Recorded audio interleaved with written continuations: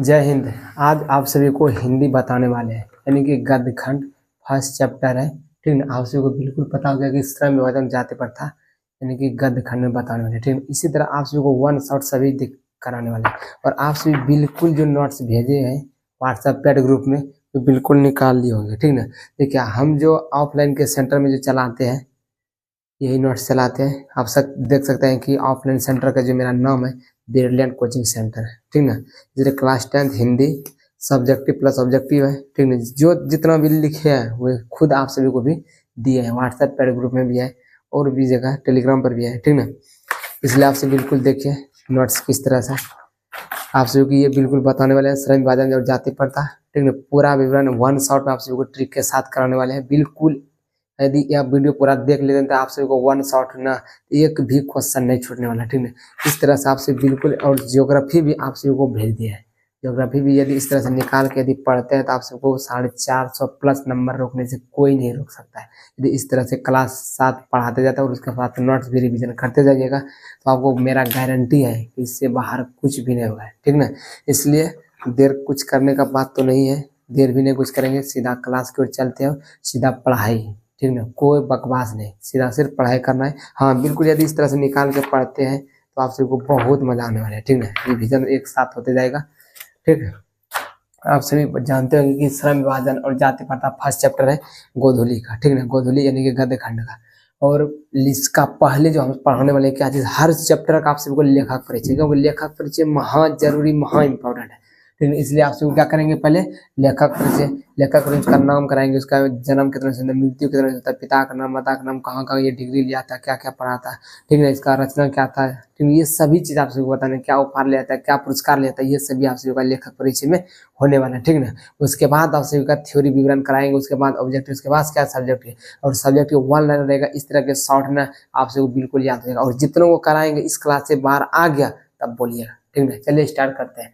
आप सभी को बिल्कुल पता है कि श्रम विभाजन और जाति प्रथा के जो लेखक, ठीक ना, लेखक है कौन है, डॉक्टर भीमराव अंबेडकर। डॉक्टर भीमराव अंबेडकर वैसा परिवार का था कि आप सभी को बिल्कुल कि इस तरह से कोई भी स्थिति में नहीं होगा जिस तरह से गरीबी स्थिति से पढ़ा है भीमराव अम्बेडकर ने। ठीक है, यह भीमराव अम्बेडकर आप सब बिल्कुल जानते हैं, इसको संविधान के जनक के से नाम से भी जानता है। ठीक है, इसलिए जानते हैं। इसका जन्म जो था 14 अप्रैल 1891 में कहाँ हुआ था, आपसे ये भी बिल्कुल लिख दिया है कि ये मध्य प्रदेश के महो एक दलित परिवार में। दलित परिवार में का मतलब है कि वो बहुत छोटा परिवार में था। ठीक है, बहुत, जिसको दलित परिवार बोलते हैं, जिसको देखो छोटा जात कैटेगरी में होता है उसको दलित के नाम से घोषित करता है, जिसको इस तरह से नहीं करता। इसको पढ़ने में हो बाधा आया था ना, कि किसी की जिंदगी में नहीं आया होगा, लेकिन तब फिर भी उतना मुसीबत, इतना तकलीफ से क्या किया, पढ़ते गया।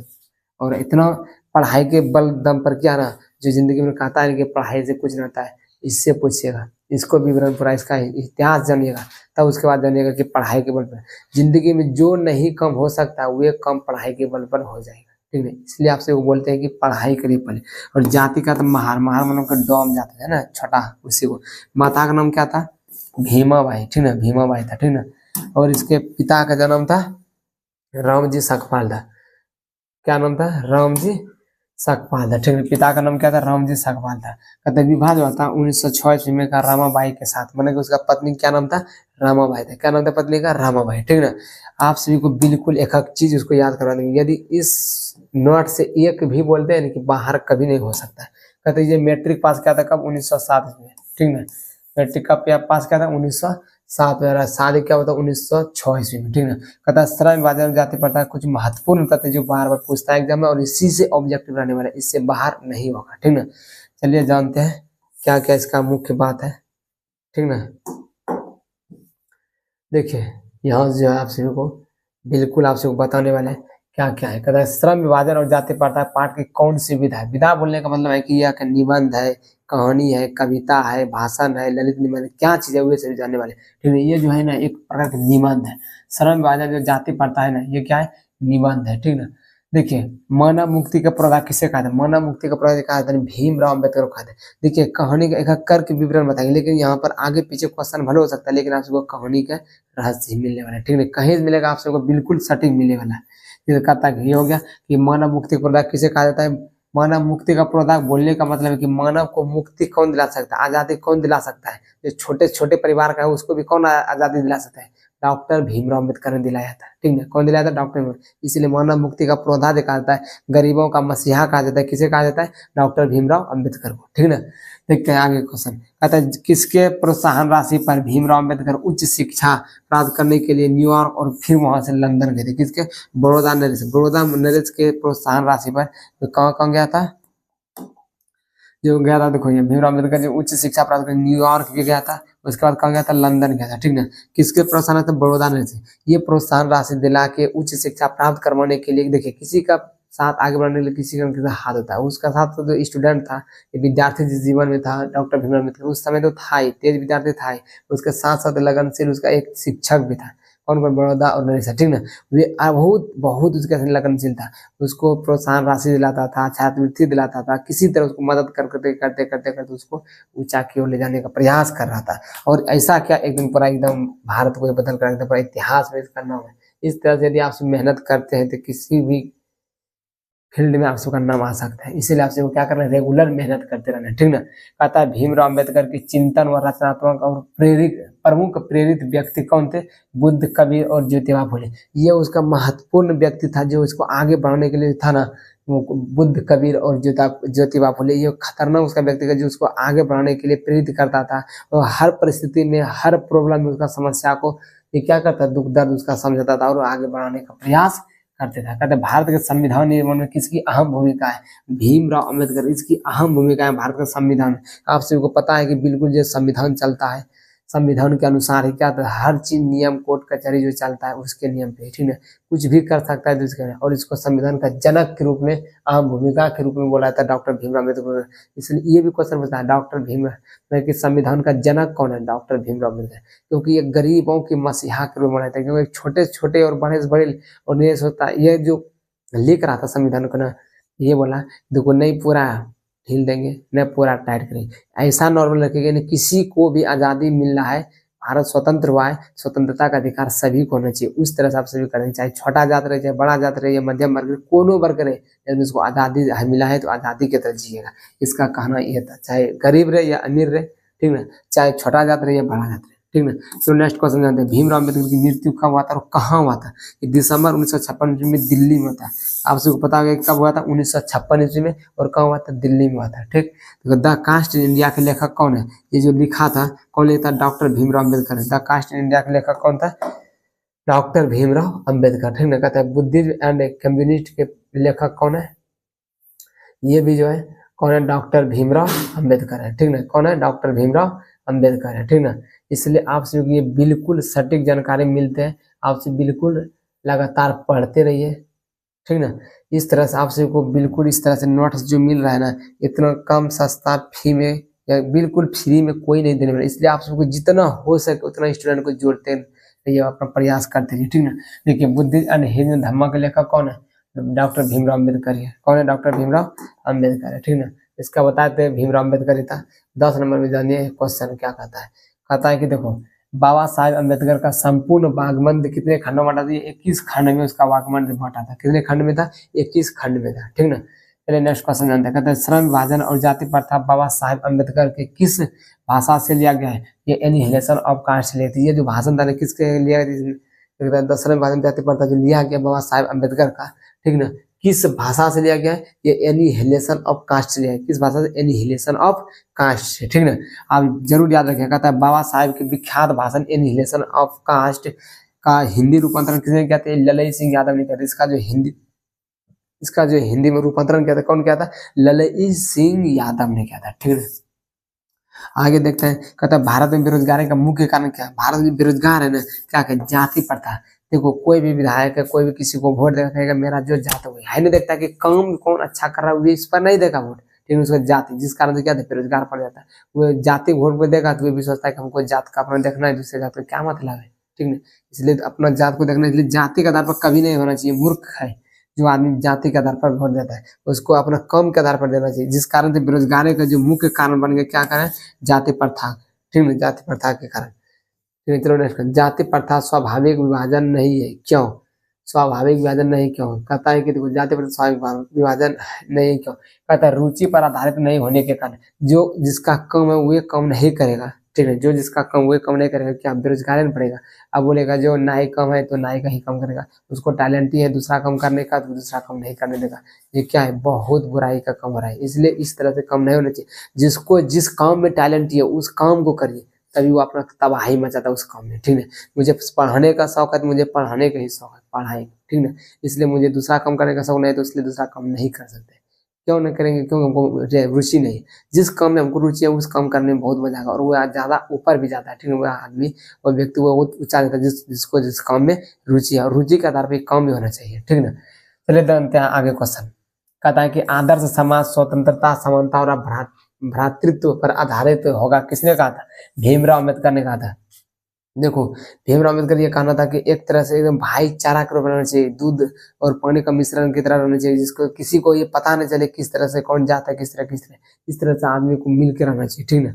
इसी का आधार तक कहता है कि आदर्श समाज स्वतंत्रता, समानता और भ्रातृत्व पर आधारित होगा, किसने कहा था? ये भीमराव अम्बेडकर ने कहा था। एक समान रहना चाहिए, सभी को स्वतंत्रता मिला है, सभी को समानता मिला है, सभी को भाई की चारा के रूप में रहना चाहिए, ठीक ना। इस तरह से कौन बना था? डॉक्टर भीमराव अम्बेडकर है, ठीक ना। देखिए इतना को क्वेश्चन जो था आप सभी के लिए बहुत इंपॉर्टेंट था, इतना को सब्जेक्टिव बाहर नहीं हो सकता है, आपसे बिल्कुल क्वेश्चन बैंक से मिला के देख सकते हैं, आप सबको बिल्कुल इस तरह से क्वेश्चन बैंक भी इसी में सिलेक्ट करके भी लाए। चलिए सब्जेक्टिव देखते हैं, ठीक ना। इसमें जो क्वेश्चन पूछा जाता है उसको उतनों को हिलाएगा और समझा के आपसे को बताने वाले हैं सब्जेक्ट, जो कि आपसे बिल्कुल खाली क्लास देख लेना, एग्जाम में लिख देगा, ये मेरा दावा है, ठीक ना। देखिए ये भी क्वेश्चन पूछा है, इसलिए क्वेश्चन बैंक को सिलेक्ट करके लाए, कौन कितना बार पूछा है, कौन क्वेश्चन को नहीं पूछा है, ठीक ना। देखिए लेखक किस विखंडन की बात करते हैं, विखंडन का स्वरूप क्या है, 2020 में पूछा है क्वेश्चन, ठीक है, जानते हैं। कहता है कि लेखक जिस विखंडन की बात करते हैं, वो विखंडन की बात करते हैं वो है जाति का पोषक। भारत में कई ऐसे गांव हैं जहाँ के लोग शिक्षित होकर भी जात पात या छुआछूत की भावना रखते हैं। देखो कहता है कि भारत के बहुत लोग शिक्षित है लेकिन तब फिर भी क्या करते हैं, जात का भावना देते हैं, वो जात है छोटा मुसा डोम मारा उसको अलग अलग दूसरा बड़ा जात कहेगा, लेकिन इस तरह से नहीं करना चाहिए, ठीक ना। कहता है इसी कारण से कहता है विखंडन का स्वरूप कार्य, विखंडन की माना काम का क्या स्वरूप होना चाहिए, कार्य या कुशलता के आधार पर श्रम यानी कि काम का विभाजन होना चाहिए। काम का विभाजन होना चाहिए किस रूप में होना चाहिए, चाहे कार्य के रूप में, जो जिसको कार्य में रुचि है, कुशलता है, ठीक है, खुशी है, उसी आधार पर उसको काम मिलना चाहिए और करना भी चाहिए, ठीक है, न कि उस जाति के आधार पर। क्योंकि श्रम विभाजन जाति प्रथा का दूसरा रूप है, ठीक है, श्रम विभाजन जाति प्रथा का दूसरा रूप है, इसलिए किसी को जो कम पसंद वही कम करना चाहिए, इसका कर्तव्य है, ठीक है। नहीं तो आप बेरोजगार का भंडारा देखिएगा और देख भी रहा है, इसलिए इस तरह से कभी भी नहीं करना। शिक्षित होकर ये नहीं गुण होता है कि हम जाति का भाव करें, ठीक है, छोटा जात बड़ा जात गरीब अमीर का ये कभी भावना करें, कभी नहीं करना चाहिए। एक दूसरे को सेवा करके रहना चाहिए, एक दूसरे को मदद करते चलिएगा, तो आप सभी को क्या जिंदगी में खुशी मिलने वाला है। जिंदगी में अच्छा खुशी सुकून चाहता है तो अपना मेहनत करिए, अपना मेहनत के बल के आप आगे बढ़िए और आगे बढ़ के दूसरों को सेवा करिए, उसके बाद देखना खुशी क्या मिलता है, प्यार क्या मिलता है, ठीक ना। अपना कमा के खा लेना और अपना पेट भरना तो उससे बड़ा कोई खुशी है कुछ नहीं, क्योंकि दुनिया उसा तो कुत्ता सब भी करता है, बहुत लोग करता है, ठीक है। लेकिन अपना कमा के अपना दम पर और दूसरों का हेल्प करना तो सबसे बड़ा खुशी होता है, सबसे बड़ा दुआ आता है, सबसे बड़ा प्यार होता है, उससे बड़ा कोई दुआ प्यार नहीं मिलता है, ठीक ना। चलिए जानते हैं आगे क्वेश्चन 2 नंबर क्या है, जातिवाद के पोषक उसके पक्ष में क्या तर्क देते हैं। कहते हैं जातिवाद के जो पोषक है कि खाना पीना है उसके पक्ष में क्या तर्क देते हैं, ठीक है। 2014 में पूछा हुआ क्वेश्चन है, ठीक है। कहते आगे देखो जातिवाद के पोषक यानी कि खाना पीना जो अपना पोषक आहार होता है, कहते हैं इस आधुनिक समाज में कार्य कुशलता के लिए श्रम यानी कि काम विभाजन को आवश्यक मानते हैं, काम को क्या मानते हैं, आवश्यक मानते हैं, और कहते हैं कि जाति प्रथा भी श्रम विभाजन का ही दूसरा रूप है, इसलिए इसमें कोई बुरा नहीं है। इस तरह से आप सभी का ये बात होता है कि इसमें कोई बुराई नहीं है, जाति प्रथा का ही ये दूसरा रूप है, श्रम विभाजन क्या जाति प्रथा का दूसरा रूप है, इसमें कोई बुराई नहीं। इस तरह से यह ढंग से कहता है। तो देखो नेक्स्ट क्वेश्चन 3 नंबर कहता है जातिवाद के पक्ष में दिए गए तर्कों पर लेखक की प्रमुख आपत्तियां क्या है। कहता है जातिवाद के पक्ष में डॉक्टर भीमराव अम्बेडकर कड़ी आपत्ति जताते हुए कहते हैं कि काम का विभाजन जाति के आधार पर नहीं होना चाहिए। श्रम विभाजन जाति प्रथा देखो डॉक्टर भीमराव अम्बेडकर ने क्या कहता है कि काम का जो विभाजन होगा कभी भी जाति के आधार पर नहीं करना चाहिए, कभी जाति के आधार पर नहीं होना चाहिए, ठीक है। क्योंकि मानव का जिस जाति में जन्म होता है वह अपने माता पिता के पेशे के अनुसार जीवन देखो कहता कि क्योंकि मानव का जिस जाति में जन्म होता है ना, तो वो अपने माता पिता के पैसे के जीवन के आधार पर है। जैसे मान लो पैसा माता पिता को नहीं है तो गरीब है, क्या वो गरीब घर में जन्म लेगा, ठीक है। लेकिन ये थोड़ा है कि उसका गरीब घर में जन्म लिया उसको बड़ा कम करने का अधिकार नहीं, उसको नॉलेज है तो पढ़ाने का अधिकार नहीं, ठीक है। और भी बड़ा टेक्निकल करने का, जो टेक्निकल का मिलता है टेक्निकल करने का अधिकार नहीं, वैज्ञानिक है तो वैज्ञानिक करने का अधिकार नहीं। वैसा बात थोड़ा है, इस तरह से नहीं करना चाहिए, ठीक है। वही कहता है पैसे के लिए भर के लिए जीवन भर के लिए बंध जाता है। जिसको मान लो जो गरीब है तो उसका पैसा नहीं क्या करेगा, और अपना जाति के आधार पर ही बंध जाएगा, क्योंकि वो उसको पता है कि हमको दूसरा काम बड़ा करने ही नहीं देंगे तो हम क्यों प्रयास करेंगे, जो है नहीं है नहीं काम करेंगे, जो जो जिस काम के है लायक वही काम करेंगे, क्यों आगे बढ़ेंगे, वही सोचेगा। इस तरह से नहीं करना चाहिए, ठीक है। भर के लिए बन जाता है, चाहे उसमें उसे रुचि हो या ना हो वही काम कर पाता है। वो अपने देश और समाज के विकास नहीं कर पाता है, ठीक है। वो अपने देश और समाज के विकास ही नहीं कर पाएगा, क्योंकि जिसको जो रुचि है वो काम ही नहीं करने देगा। बोलेगा तुम छोटा जाते हो, तुम क्यों करेगा बड़ा काम, नहीं को करने देंगे, तुम्हारे लिए पॉसिबल नहीं है, तुम्हारे लिए ये नहीं है वो नहीं, इस तरह से करता करेगा, क्यों कर पाएगा, क्यों डेवलप कर पाएगा, कर पाएगा, कभी नहीं कर पाएगा, ठीक है। देखो जिसको जो चीज करने का अनुमति देगा मिलेगा, कम करने का अधिकार, तभी तो वो कम कर पाएगा ना, ठीक ना। चलिए देखते हैं नेक्स्ट क्वेश्चन। कहता है कि जाति प्रथा भारतीय समाज में श्रम विभाजन का स्वाभाविक रूप क्यों नहीं कही जा सकती है, ठीक है। ये देखो क्वेश्चन के 2014, 2016, 2023 में ये क्वेश्चन पूछा गया, ठीक ना। चलते हैं। कहता है कि भारत की जाति प्रथा की एक और विशेषता यह है कि यह श्रमिकों के यानी कि श्रमिकों का अस्वाभाविक विभाजन ही नहीं करती, बल्कि श्रमिकों को एक दूसरे से उच्च नीच दर्शाता है। उसको उच्च नीच भी दिखाता है, खाली कम ही नहीं करता जातिवाद का, वो ऊंचा नीचा भी दिखाता है कि हम बड़ा जात है, हम पैसा वाला है तो हम ऊंचा है, हम बहुत रंगबाज है, ठीक है।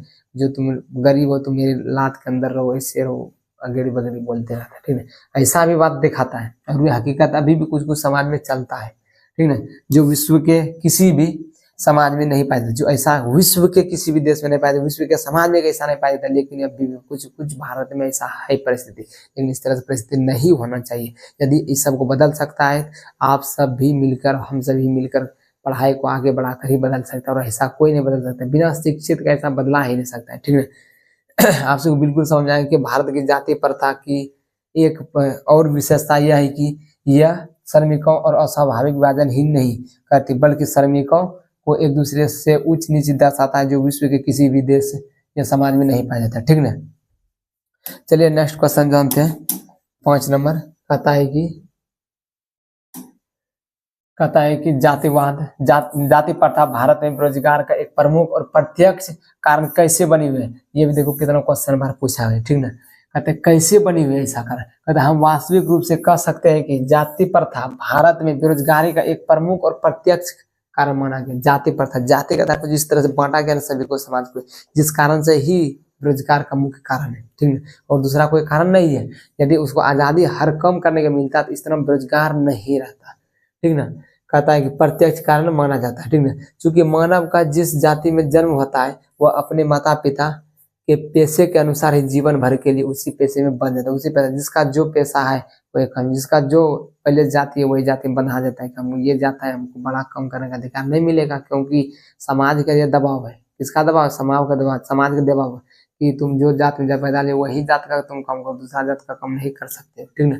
कहता वह मन पसंद कार्य करना चाहता है परंतु नहीं कर पाता है, जिससे अपने समाज और देश के विकास नहीं कर पाता। समाज न तो वह समाज का विकास कर पाता है न वह देश का विकास कर पाता है, ठीक ना। तो कहता है कि हिंदू धर्म में जाति प्रथा के तहत पेशा बदलने की अनुमति नहीं दी जाती है, ठीक ना। ये कहता है कि हिंदू धर्म में पेशा माने कि अपने जाति काम बदलने का अधिकार नहीं दिया जाता, ऐसा अधिकार है, ठीक है। ऐसा अधिकार कभी नहीं रहना चाहिए। आप सब खुद कमेंट करके बताइएगा ऐसा अधिकार होना चाहिए। कहता देखो 6 नंबर क्वेश्चन कहता है कि लेखक आज के उद्योग में गरीबी और उत्पीड़न से भी बड़ी समस्या किसे मानता है, क्यों मानता है। ये क्वेश्चन 2023 में पूछा गया, ठीक है। आप सबके लिए बिल्कुल ये सटीक क्वेश्चन लाए कि जो एग्जाम में पूछा जाता है और पूछने की संभावना है। इससे बाहर एक भी क्लास नहीं होगा, इससे बाहर एक भी क्वेश्चन नहीं होगा, ठीक है। ये आप सभी जरूर देखिएगा। इसलिए आप सबको ये वीडियो अभी तक लाइक नहीं किया, वीडियो को लाइक कर लीजिए। जो मेरे पहले चैनल पर पहली बार आए वीडियो को लाइक करके चैनल को सब्सक्राइब जरूर कर दिया, और अपने दोस्त को भी जरूर जानकारी दीजिएगा। और प्रत्येक संडे को टेस्ट होने वाला है, इसलिए हर संडे 7:30 बजे जरूर जुड़िएगा, ठीक है। इसलिए चलिए देखते हैं क्वेश्चन, ठीक है। आप सिर्फ क्वेश्चन बिल्कुल पढ़ लिए होंगे और आंसर इसका देखते हैं। कहता है कि लेखक गरीबी और उत्पीड़न से बड़ी समस्या जाति और जाति प्रथा को मानते हैं। किसको मानते हैं? जाति प्रथा, जो जाति के आधार पर बांटता है, ठीक है। क्योंकि जाति प्रथा लोगों का उनके स्वभाव के अनुसार कार्य कर चुनने की अनुमति नहीं देती है। क्योंकि जाति कहता है कि देखो, जाति प्रथा लोगों को उनके स्वभाव, अपने स्वभाव में अपना स्वभाव, अपने मन के अभाव के अनुसार कार्य चुनने की अनुमति क्या करता है? नहीं देता है, ठीक है। जिस कारण से क्या करता है? वो अपने बेरोजगार के रूप में बेरोजगार ही पड़ा रह जाता है, ठीक ना। चलिए नेक्स्ट क्वेश्चन देखते हैं। कहता है कि लेखक ने पाठ में किन, कहता है लेखक ने,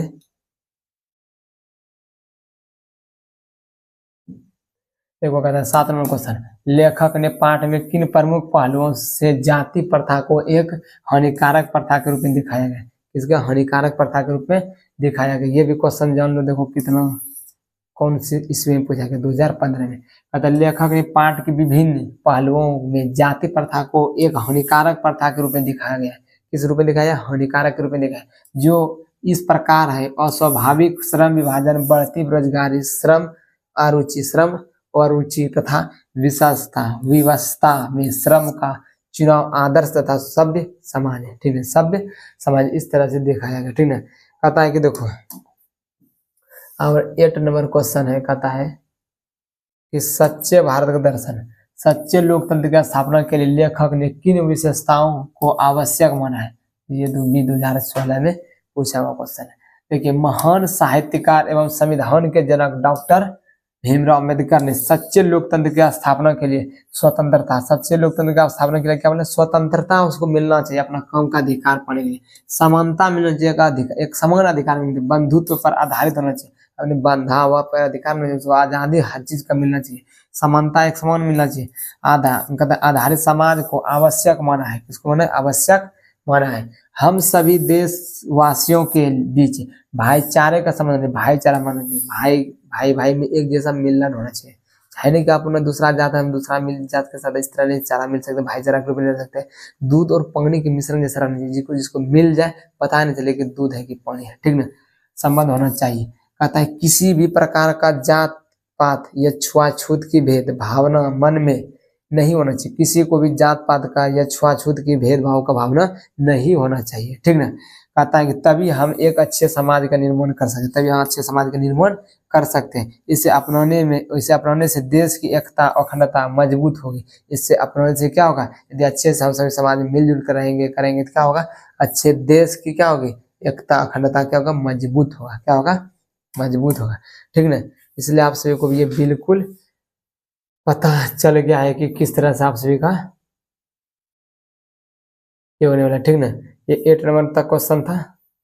इसी तरह आप सभी को बिल्कुल सही पीडीएफ बन गया। इस तरह से आप सभी को बिल्कुल समझाते हुए आ रहे हैं, ठीक ना। ये देखिए क्वेश्चन आप सभी का ये लास्ट था, इतने ही तक, ठीक ना। आप सभी का नेक्स्ट क्लास 1 शॉर्ट 2 नंबर जो है क्वेश्चन क्या है, मैंने चैप्टर क्या है विष के दांत, ये होने वाला है और ये आप सभी का बिल्कुल समाप्त हो गया, ठीक ना।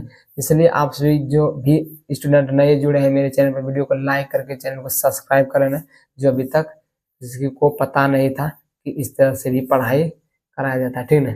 इसलिए आप सभी यत्नों को विनती है कि जरूर इतना करिएगा काम, जो अपना काम दिए है, अपना होमवर्क जो दिया उतना करिएगा। और आप सभी को होमवर्क किया है कि सभी ऑब्जेक्टिव जितना भी लेखक परिचय और सब्जेक्ट है, जितना पूछा हुआ क्वेश्चन जरूर याद करिए। क्योंकि जो जानते हैं कि हिंदी का जो लगता है 90% लगभग सिलेबस रहता है क्या पूछा हुआ ही क्वेश्चन रहता है, आप सिर्फ क्वेश्चन बैंक उल्टा के देख सकते हैं। इसीलिए जितना क्वेश्चन बताएं उतना रट लेना है, उसके बाद देखिएगा एग्जाम हल्का मच के जाने वाला है। इसलिए अभी तक में जितना चाहे ऑब्जेक्टिव हिंदी रहे या ज्योग्राफी रहे, कुछ भी पढ़ाए संडे को वही रहने वाला है। इसलिए आप सभी को इतना को बोल देते हैं कि आप सभी को कल 7:30 बजे टेस्ट होने वाला है टेलीग्राम पर, DK सर क्लासेस के नाम से टेलीग्राम चैनल है, आपसे बिल्कुल जुड़ जाइएगा, ठीक ना।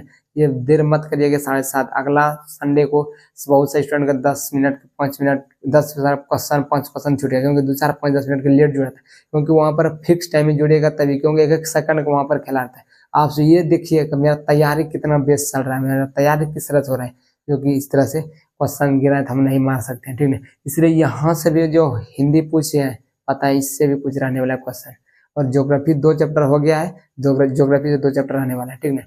और आप सभी को थोड़ा मोड़ा बेसिक वास्तविक संख्या से कुछ आने वाला है, जो कि आप सभी का बिल्कुल मार दीजिएगा। वह सभी क्वेश्चन बैंक तो पढ़िएगा ही, और क्वेश्चन बैंक रिलेटेड लेके आए हैं, ठीक है। इसलिए आप सभी को बिल्कुल आप सभी शाम 7:30 बजे जरूर जुड़िएगा कल। और आप सभी को ये रेगुलर इसी तरह आप सभी का क्रैश कोर्स का ये पार्ट मिलते रहेगा।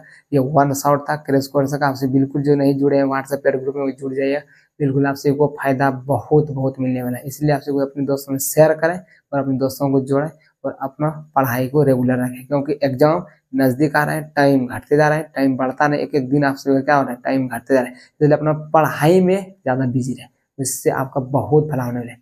फिर मिलते हैं, तब तक नेक्स्ट टाइम, तब तक के लिए जय हिंद।